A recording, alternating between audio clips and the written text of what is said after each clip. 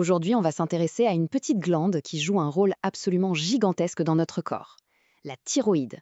On n'en parle pas souvent, mais vous allez voir, c'est un véritable chef d'orchestre qui contrôle bien plus de choses qu'on l'imagine. Alors, pour commencer, situons-la un peu. La thyroïde, elle est là, dans le bas du cou, juste devant la trachée. Et elle n'est pas toute seule.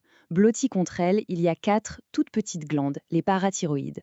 Elles sont voisines, c'est vrai, mais leurs fonctions sont très différentes et cette cohabitation est vraiment la clé de plusieurs équilibres vitaux. C'est une question qui peut paraître un peu folle, non? Pourtant, c'est exactement le pouvoir de cette glande. Elle a son mot à dire sur tout, du développement de notre squelette à la gestion de notre énergie. Et, encore plus surprenant, son bon fonctionnement est même directement lié à notre oui. Voilà, donc notre programme, on va d'abord voir son rôle de grand régulateur, puis on plongera au cœur de son usine à hormones. Ensuite, on verra le lien crucial avec l'iode, son rôle dans l'équilibre du calcium, et pour finir, on illustrera tout ça avec un cas très concret, le syndrome de Penrod, qui montre ce qui se passe quand un tout petit rouage de la mécanique se casse. Allez, première partie, le grand régulateur. On va voir ensemble son impact, qui est juste immense. 30 grammes, ça ne pèse presque rien, mais son influence, elle, est énorme. Sa grande particularité, c'est d'avoir une double casquette. D'un côté, elle produit les hormones thyroïdiennes qui gèrent notre métabolisme, notre énergie, et de l'autre, une hormone qui s'appelle la calcitonine et qui a une mission complètement différente. C'est un peu comme si on avait 2 usines en une. Alors comment elle fait pour gérer cette double production? Eh bien, pour le comprendre, il faut zoomer. On va aller voir à l'échelle microscopique, à l'intérieur de l'usine. L'unité de base, c'est le follicule. Imaginez des millions de petites sphères creuses. La paroi, c'est les cellules ouvrières. Et l'intérieur, qu'on appelle la colloïde, c'est une sorte d'entrepôt où sont stockés les matériaux. C'est vraiment là que tout se passe. Et dans cette usine, il y a donc 2 chaînes de montage. Les cellules principales, celles des follicules, fabriquent les hormones T3 et T4, les grandes patronnes de l'énergie. Et entre ces follicules, on trouve d'autres cellules, les cellules C, qui, elles, produisent la calcitonine, qui s'occupe du calcium. 2 équipes, 2 missions. La fabrication des hormones, c'est un ballet d'une précision incroyable. Ça commence par la capture de l'iode dans le sang. Ensuite, une protéine essentielle, la pendrine, l'amène dans la zone de stockage.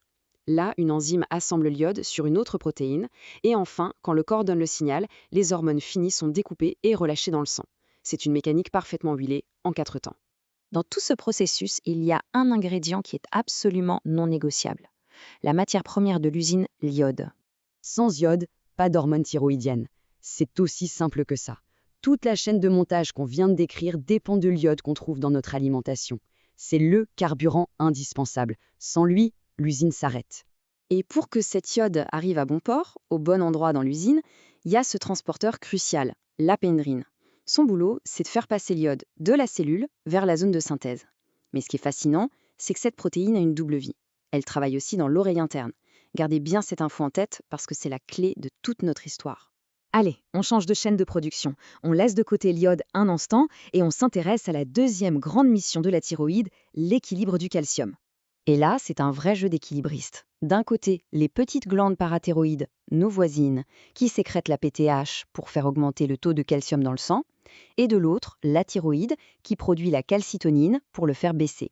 C'est un tango permanent entre ces 2 hormones pour que le niveau de calcium reste parfaitement stable. Et pour que ce duo fonctionne bien, il y a un 3e partenaire indispensable, la vitamine D. Son rôle à elle, c'est de s'assurer que le calcium qu'on mange est bien absorbé par l'intestin. Sans elle, la PTH et la calcitonine auraient beaucoup plus de mal à faire leur travail. C'est un véritable trio de choc. Bon, maintenant qu'on a toutes les pièces du puzzle, voyons ce qui se passe quand un seul de ces éléments, une seule petite protéine, est défectueuse. Et pour ça, on va s'intéresser au syndrome de Penrod. Imaginez un cas clinique, une jeune femme de 20 ans.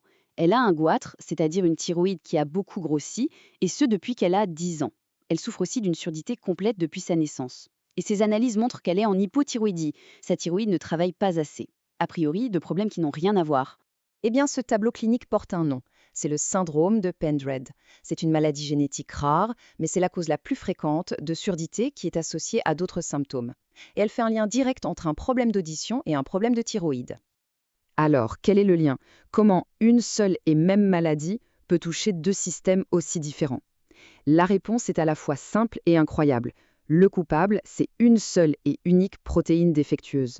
Cette citation de la source, elle nous met sur la piste. Le goitre, en fait, Ce n'est pas une tumeur, c'est le résultat d'un bug dans la chaîne de montage. L'iode n'est pas utilisé correctement. L'usine a un problème d'approvisionnement interne, ce qui l'empêche de fabriquer son produit final. Et voilà le fin mot de l'histoire. La protéine qui est défectueuse, c'est la pendrine, notre fameux transporteur d'iode dont on a parlé tout à l'heure. Et c'est là que tout s'éclaire. Un seul défaut génétique sur la protéine pendrine et on a deux problèmes bien distincts. Dans la thyroïde, l'iode n'arrive pas jusqu'à la zone de synthèse.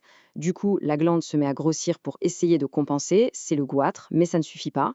Et dans l'oreille interne, où la pendrine a un autre rôle tout aussi essentiel, son absence pendant le développement cause des malformations de la structure auditive et donc une surdité dès la naissance. Un seul maillon brisé, deux conséquences majeures. Ce cas nous amène à une réflexion finale. L'histoire de la pendrine nous montre qu'une seule petite pièce du puzzle biologique peut avoir des rôles multiples, à des endroits qu'on n'aurait jamais soupçonnés. Et la question reste ouverte. Combien d'autres protéines comme elle, dans notre corps, jouent silencieusement ces doubles, voire ces triples rôles, absolument essentiels à notre santé et qu'on n'a pas encore découverts?